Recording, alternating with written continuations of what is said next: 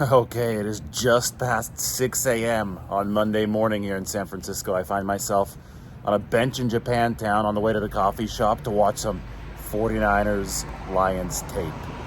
Article is up from last night, the victorious 49ers locker room, and I was on the field as well. I was all over the stadium after one of the great wins in NFL history posted by the 49ers. So here's how today's going to work. We're going to delve into the details. I'll share some of them right now. Brock Purdy, left calf, his red sock, uniform sock, completely ripped. And I asked him, what the hell happened to your sock? And I don't think he knew exactly where it got ripped in the win.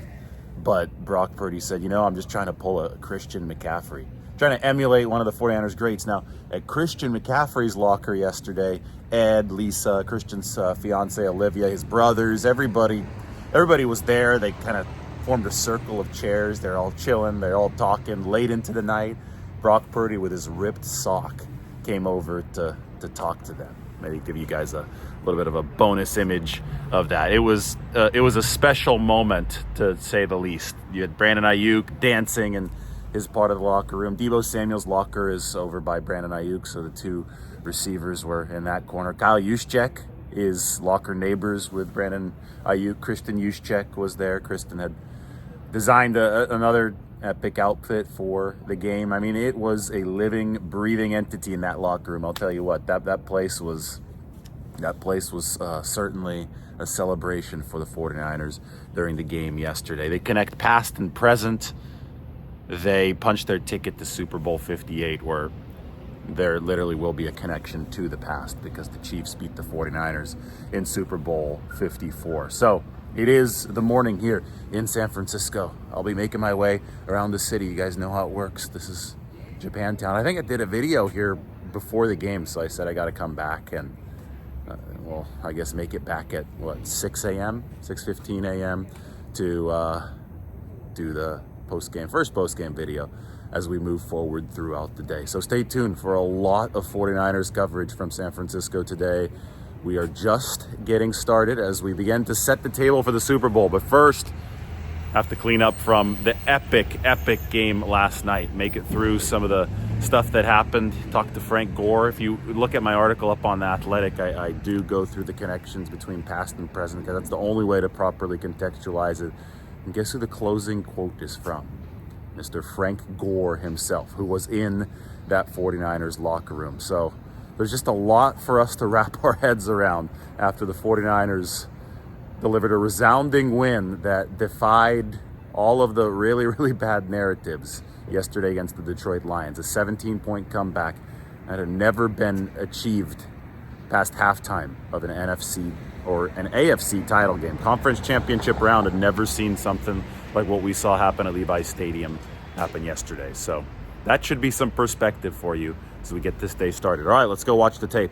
We'll talk to you all soon. I never would have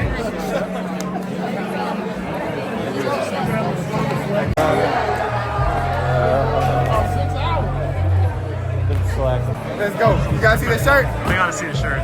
We get it all for you. in. I got it.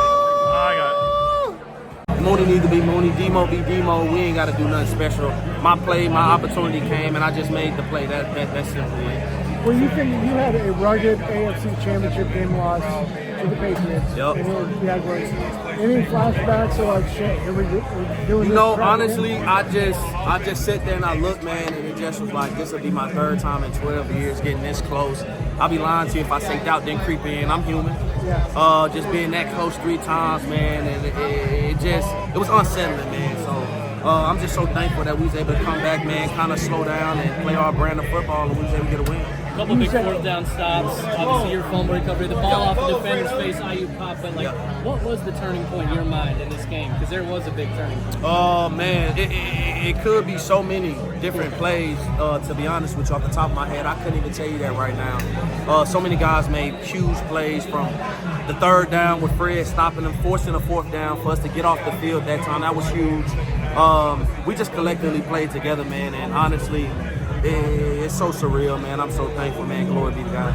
The feeling you guys had at halftime and then the feeling you guys had at the end of the game. The irony there, the difference in feelings? What's that like? You know, I can tell you it's truly completely opposite, man. That first half, I'm not gonna lie to y'all. Obviously, everybody in here kind of was like, hey, we was looking around ourselves like, what's going on? Offense wasn't playing to their standard. Defense wasn't playing their standard. You know, we kind of had a gut check. Everybody came in here. There was a lot of yelling in the locker room. Wilkes over here yelling, offense over here, man. So, you know, honestly, that's sometimes what you need. You need a little wake-up call, man. We got punched in our mouth. We were just able to rebound back. Like I said, man, we had the guys in this room to do it. If it's any team that do, we have the guys in this room to do it. So you said 2 for 1. What do you mean? It's going to be a play out of the post. Oh, okay. I'm going to watch that. Yeah. So he did get me on a touchdown. 2 for 1, man. When you see it, you'll know what I'm talking about. You mentioned there was a lot of yelling. Was that kind of the angriest locker room you'd been in, just given what happened in the first half? I wouldn't even say it's anger. Just was more so just guys just needed to nut up, honestly. Coaches knew the type of guys we have in here. That just was unacceptable. That first half, you guys seen. I mean, they imposed their will. They ran whenever they wanted. They threw how they wanted. It just was something I've never been a part of with this defense. And we've had some rough patches this year, but never been a part of nothing like that. So, I mean, obviously, we needed that. We came out second half, man, and everybody just kind of slowed down, man, put their cleats in the ground, went basic football and said, hey, man, we're gonna match these guys and we're going to play, let Coach Wilkes call his game however he wanted to. And he made second half adjustments. We played a little more man, and we was able to come out there and get a win. Thank you. I appreciate y'all. Backed up in their territory really helped. We capitalized for 7. And then at that point, you know, that's when it was scores within reach. You don't gotta, we could play our type of football, and then just took off from there. Do you think number 13 will finally get the recognition that he has due, taking you guys to the Super Bowl now? I hope so, but who really cares? You know, it's a number of words at the end of the day. You know, this is action. You know, and his actions got us to where we are. So people can say whatever they want. Set a lips to say anything. After experiencing what you guys experienced the last 2 years, obviously when you guys go in halftime down 3 scores, do you allow any of that to creep in at any point? I mean, yeah, you being human, you like, all right, you down 17, it's not looking good. But like I said, I was really confident that once we was able to convert a couple third downs and keep the drives going, that the plays were there to be made, and you know, luckily we made them. How do you celebrate tonight's win? Probably just go home, take it all in, you know, chill with my family, and just, you know, thank God. I mean, it's still got one more game. You know, obviously it feels great now, but yeah, you know, very soon you got to shift the focus to Kansas City. Have you ever had a trip to Vegas where you weren't able to really have fun? Yeah, we just actually we practiced with Vegas. You know, just past preseason. Hey, Nicholas, John Bosa over there. So yeah, we practiced in Vegas. You know, so it's to finish the season off where we opened it up at. It's pretty cool. It all comes full circle. Trent, Brock had never had a 20-yard run. Hey, how you doing? Brock had never had a 20-yard run in his career, and he had 2 21-yard runs in the span of 1 quarter. What did those runs do for you guys at those moments? He kept the offense moving. He moved the sticks. You know, Brock is, you know, obviously his athleticism is underrated. People don't look at him and think that he would bring the ball down and try to make plays with his feet, but he does that. He's very, very talented at it. So, you know, it's definitely not a surprise to us, but, you know, it was just awesome plays for him to make at that time in the game. What was your point of view on the long? Thank you. Thank you. Take care. Long one to a. Man, I thought it was a touchdown, but I guess, you know, obviously it didn't. But, man, that was, like, what can you say about that? There's no coaching tip. There's no film. There's nothing that you could that help him make a catch like that. It's just the talent that he has, the talent that he's brought to us all year, playing the best at the wide receiver position right now, in my opinion.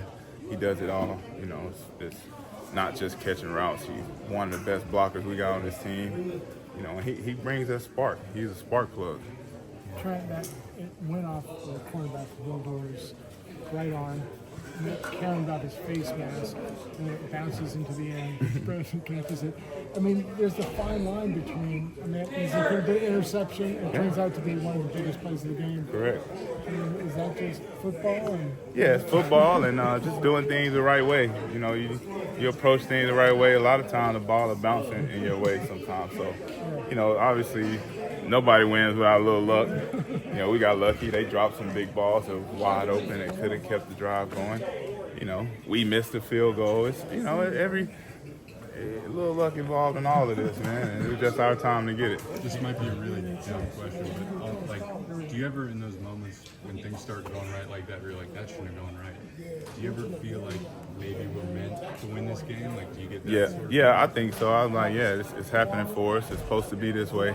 You know, the football gods are smiling on us. You know, a couple situations where they wasn't, and we could have easily got down on ourselves. We could have easily started thinking about what tomorrow looks like, what vacations we got getting ready to plan. But, you know, nobody batted an eye. Came in this locker room, and I know everybody at halftime, everybody would think that it was a screaming fest and yelling, but it really wasn't. It was defense. We know what we got to do. We know that if you stop them from scoring, the offense, the plays are there. We can make the plays, and they're there to be made. So we told them, y'all don't let them score. We're gonna score the ball. We're gonna get points on the board. And not only did they not let them score, they got us a turnover. You know, a couple turnovers on down, so that's just as good as a turnover. So, you know, those guys balled out. Second half really saved our season. They obviously had the takeaway with the fumble. I think it was a 7-point game win. It was like you guys clearly had the momentum here from the Niners, but that was like for sure could be an avalanche. Yeah. You know, was that a moment of like we might have these guys? Yeah, I mean, I wouldn't say that, but it put the ball back in our court, so that we didn't have to be outside of our identity to get back in the game. Right. You know, obviously we don't like to play from behind. We're a balanced offense. We pride ourselves on being balanced, and when you're down multiple scores, it's hard to stay balanced, especially with as well as they was running the ball. You start to get concerns like, all right, these possessions might not come as plentiful as any other game because they're keeping the clock moving. So, you know, we just bit down, man, and our best players made some of the best plays to keep us afloat. And that's what you need. It's been 2 wild weeks. You expect more in the Super Bowl?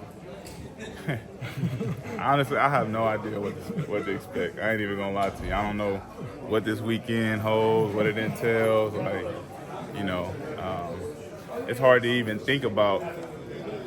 The game is 2 weeks away. You know what I'm saying? But you know, I know that the smoke will clear here in a day or two, and then you know we shift our focus to Pat Mahomes in Kansas City. For a guy who's played as long as you have to get to this point, what's your emotions? I mean, I'm ecstatic, man. Like I said, the words can't even describe how I feel right now. And you know, it's you enjoy it, but you know that hey, we got a huge game coming up. You know, Kansas City just went in there and beat a really, really good Baltimore team, and it wasn't even particularly close. I mean, if you watch the game, so you know those guys are rolling right now. I think they definitely had a really tough goal to get to the Super Bowl, and they beat some really good teams. So they playing their best ball right now. That's, you know, like I said, we will soon shift focus to Kansas City, and it may take 2 weeks of game planning just to kind of see how we can corral, you know, Pat, and keep guys like Chris Jones and those guys over there. They got some really talented players on defense. So, you know, we got our work cut out for us. Appreciate you.